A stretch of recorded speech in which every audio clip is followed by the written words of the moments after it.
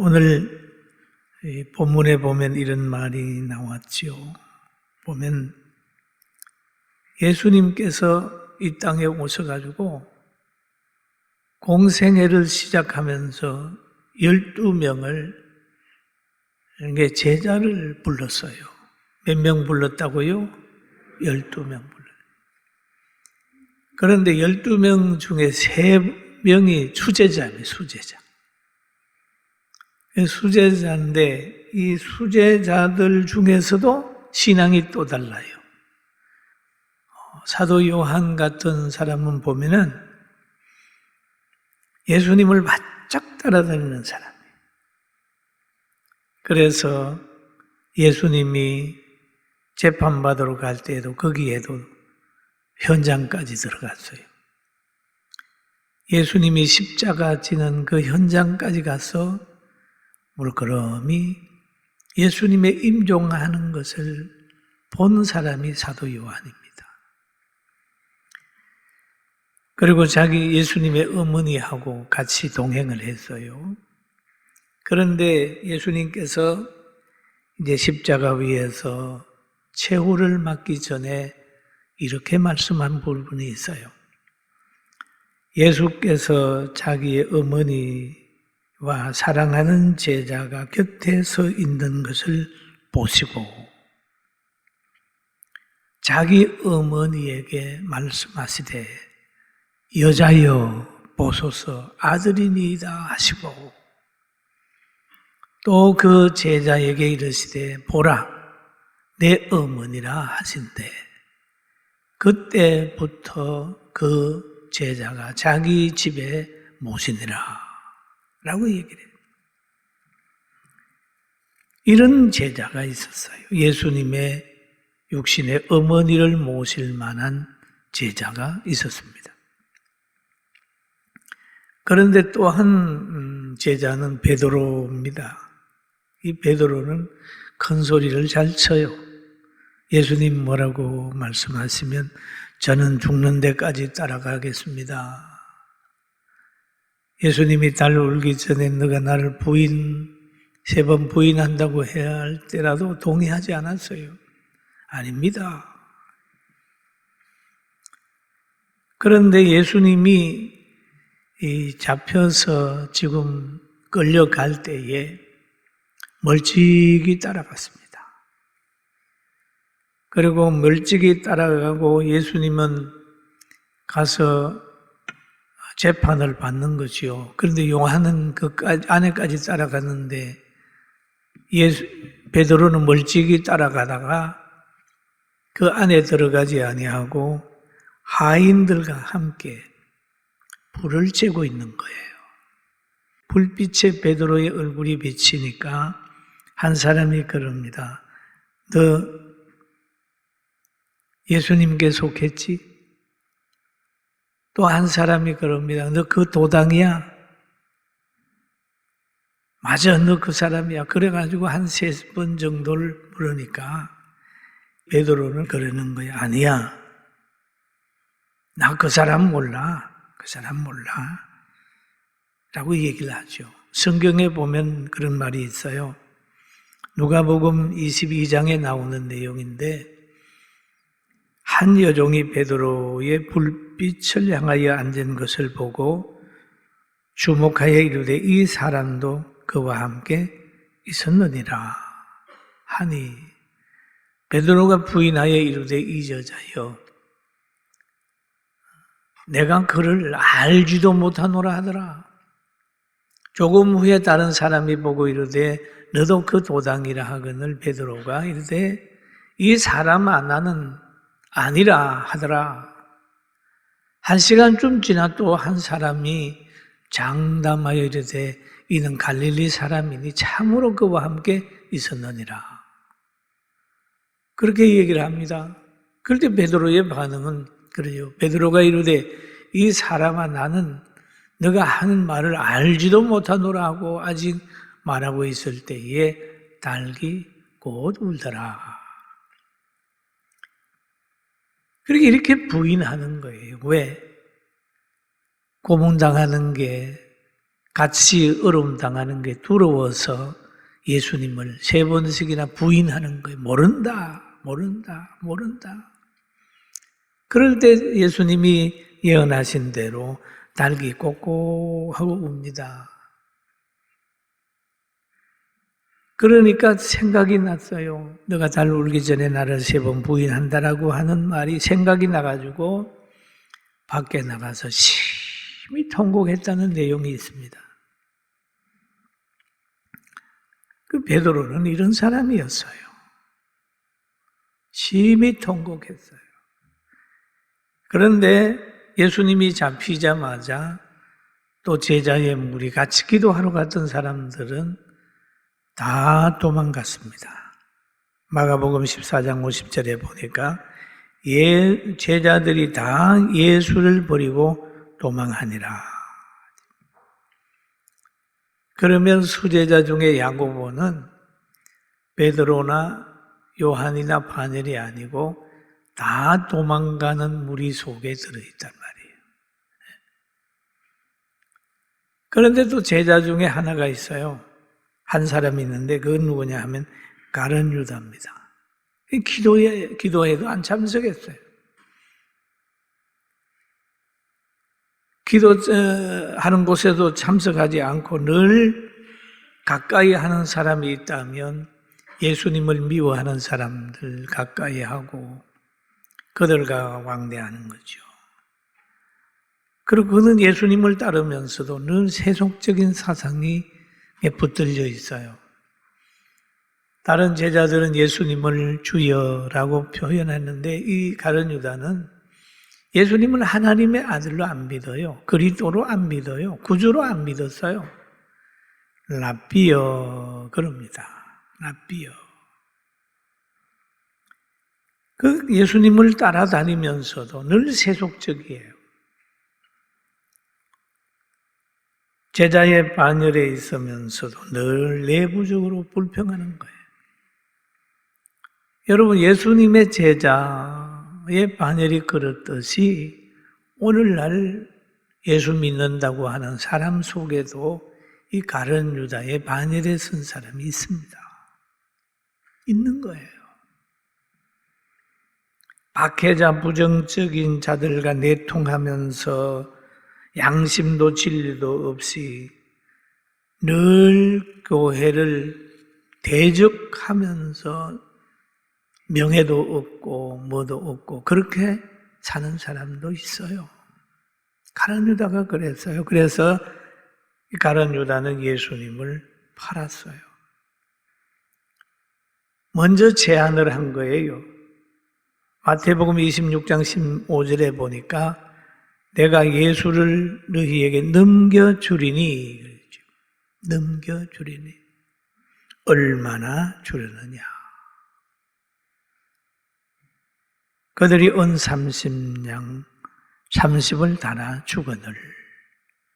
그러니까 이제 그들을 은 30을 받고 예수님 계신 곳 알려주고 기도하는 곳까지 데리고 오지 않습니까?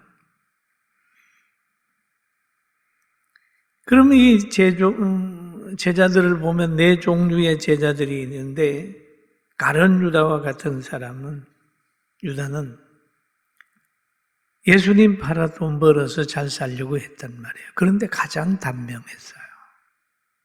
가장 먼저 죽었어요.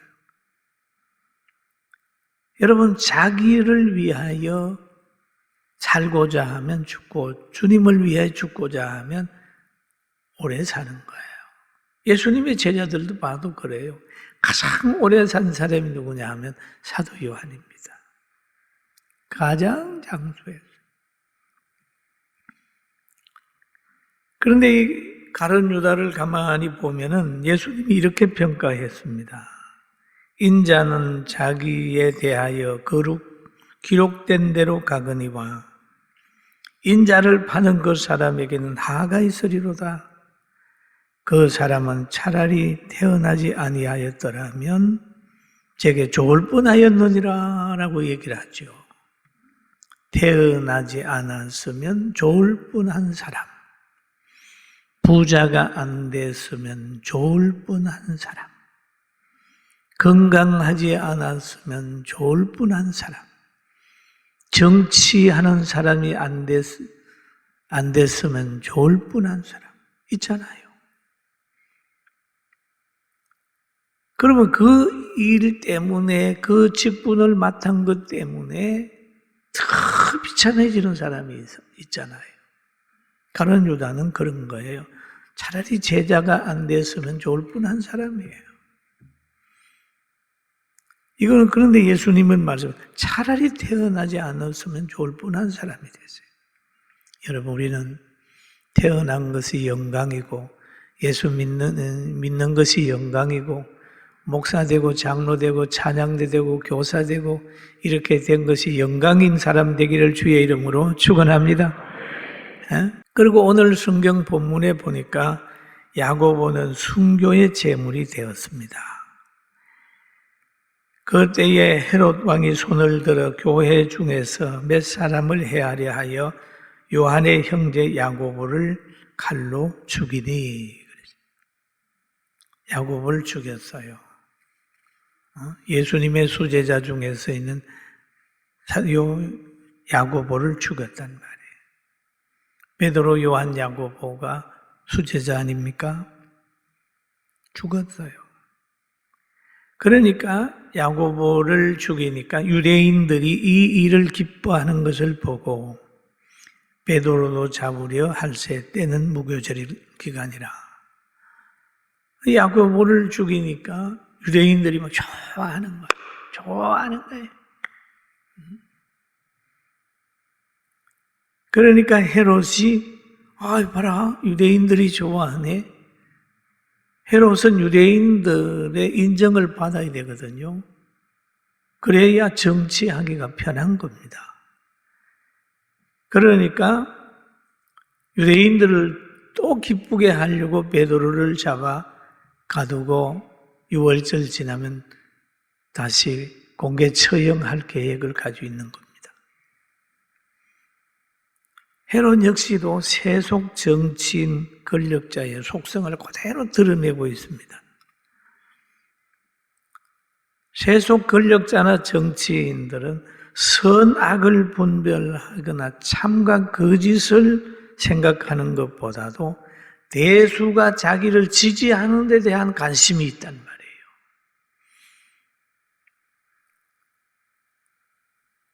그 관심이 있는 거예요.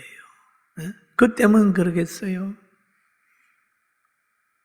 그래서 많은 사람들이 지지하면 그게 법이 되어버리는 게 무질서한 거예요. 헤롯도 그런 사람이었어요. 그래 야고보는 억울하게 죽는 거예요. 세상적으로 보면. 또 베드로도 죽이려고 옥에 가두었어요. 가두는데 흉악범 다루듯 하는 거예요. 여러분, 악한 사상에 붙들린 사람들 보면은 교회나 선교사나 이런 사람들을 보면 흉악범 다루듯 하잖아요. 지금도 선교사들이 어떤 나라에 가서 지금 잡혀가지고 돌아오지도 못하고 있는 그들도 있습니다. 성경에 보면은 잡음에 옥에 가두어 군사 내식인 내 폐에 맡기고 6월절 후에 백성 앞에 끌어내고자 하더라. 베드로를 보세요. 감옥에 가두었는데 군인 내식인 내 폐면 얼마요? 얼마나 삼엄한 경계를 하는 겁니까? 그 다음에 감옥에 가두었으면 되지 거기에다가 손까지 쇠사슬로 묶어버리는 거예요. 그리고 예수 믿는 사람들이 당시에 소수입니다. 그리고 유대인은 대수예요. 대수가 기뻐하니까 진리를 따르고 빛을 좋아하는 소수의 인권과 그들을 지배하는 거잖아요. 옥에 가두고 흉악법 다루듯 다루고 6월절 지나면 다시 공개 처형하는 그런 걸 계획을 하잖아요. 그 6월절이 뭡니까? 해방일이에요, 해방일. 저 애굽에서 이스라엘 백성이 모세를 따라, 모세의 인도자 따라 나온 날이 6월절이에요. 늘 6월절을 기억합니다. 우리나라로 말하면 해방절이에요, 해방.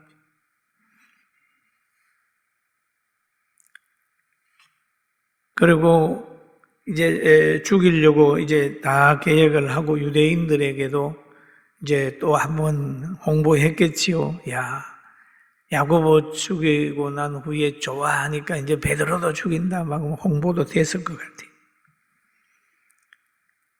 그런데 그때에 교회는 간절히 그를 위해 기도를 했고, 교회는 그를 위해 기도를 했고, 그리고 베드로는 그 감옥에 들어가 가지고 있는 거예요. 그런데 가만히 베드로를 보면은 참 그 감옥에서도 편안하게 잠을 자고 있는 부분들이 있어요. 그러면 이와 같은 것들이 지금 우리가 살고 있는 이 세계 속에서도 이루어지는 거예요. 복음 전하다가 감옥 가고, 선교하다가 순교하고. 베드로는 옥에 갇혔고 교회는 그를 위하여 간절히 하나님께 기도하더라. 헤롯이 잡아내려고 하는 그 전날 밤에 베드로가 두 군인 틈에서 두 쇠사슬에 매여 누워 자는데 파수꾼들이 문 밖에서 옥을 지키더니 그랬죠. 그 베드로를 보세요. 지금 이 밤이 지나면 내일 죽는 거예요. 그런데도 자는 거예요. 잠잘 자는 거예요. 여러분 고민 있어 잠 못 자고 여러 가지 걱정 때문에 잠 못 자는 분 계십니까? 모든 거 하나님께 맡기세요. 믿습니까? 얼마나 억울한 장소입니까, 이 장소가? 그런데 하나님이 기도 소리를, 교회에서 기도하는 소리를 들으시고 베드로에게 천사를 보냅니다. 성경 7절에 보니까 홀연히 주의 사자가 나타나며 옥중에 강채가 빛나며 베드로의 옆구리를 쳐 깨워 이르되 급히 일어나라 하니 쇠사슬이 그 손에서 벗어지더라. 천사가 이르되 띠를 띠고 신을 신으라 하거늘 베드로가 그대로 하니 천사가 또 이르되 겉옷을 입고 따라오라 한데 베드로가 나와서 따라갈새 천사가 하는 것이 생시인 줄 알지 못하고 환상을 보는가 아니라 지금 나가고 있으면서 이게 꿈이요 생신이요 그러잖아요. 꿈이요 생신. 그러면서 여기에서 급히 일어나라. 날이 밝으면 헤롯이 너를 죽이려고 하니까 빨리 일어나라 나가자. 천사가 그런 말을 합니다. 띠를 띠라. 신을 신어라. 겉옷을 입어라. 그리고 나를 따라오너라. 라고 얘기를 하죠. 이게 활동하는 사람이 갖춰야 될 부분 아닙니까? 띠를 띠고 신발을 신고 겉옷을 입어야 활동하죠. 그런데 우리가 영적인 사람으로 활동을 하려고 하면 어떻게 해야 될까요? 진리의 허리띠를 띠고 믿음의 신발을 신고 거룩한 행실의 세마포를 입고 하나님의 말씀을 따라가면 거룩한 사람의 삶이 되는 것이고 영역이 나타나고 하나님의 동행이 보여지는 겁니다. 할렐루야. 그랬어요. 베드로가 환상을 보는 거 하고 첫째, 둘째 관문을 쭉 이제 지나고 난 다음에 천사가 떠나버렸어요. 더 이상 보호할 가치가 없잖아요. 위기만 넘겨주고 가니까 이제 네 알아서 해라. 요까지만 하나님의 천사가 꺼내준 거예요. 여러분, 부모가 자녀를 보호하는 것들도 어느 나이까지만 보호해 주잖아요. 이스라엘 백성이 강야에서 만나와 메추라기를 먹였지만은 저 가나안에 들어가서 농사 딱 지어서 자기 농사에서 먹을 정도 되니까 딱 메추라기와 만나 중단시키는 거예요. 천사가 떠나게 되니까 베드로가 정신이 들었습니다. 이에 베드로가 정신이 들어 이르되 내가 이제야 참으로 주께서 그 천사를 보내어 나를 헤롯의 손과 유대 백성의 모든 기대에서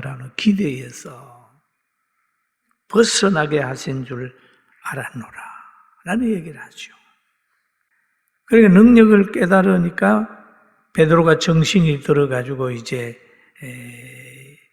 고백을 하는 거죠. 그런데 하나님이 축복을 했을 때 이것을 하나님의 영광을 위해서 넣어야 되는 겁니다. 오늘 이 베드로가 이걸 딱 깨달으면서 어디로 갔냐? 집으로 안 갔어요. 교회로 갔습니다. 기도하는 곳으로 갔어요. 각 곳이 성도들이 모여 기도하는 곳이에요. 요한의 어머니 마리아의 집으로 갔습니다. 거기에 가가지고 간증하는 겁니다. 베드로가 그들에게 손짓하며 조용히 하게 하고 주께서 자기를 이끌어 옥에서 나오게 하는 일을 말하고 또 야고보와 형제들에게 이 말을 전하라 하고 떠나 다른 곳으로 갔다. 그 말을 하고 있습니다. 그럼 요 전에 기도하는 처소에 가가지고 지금 문을 두드리는 거예요.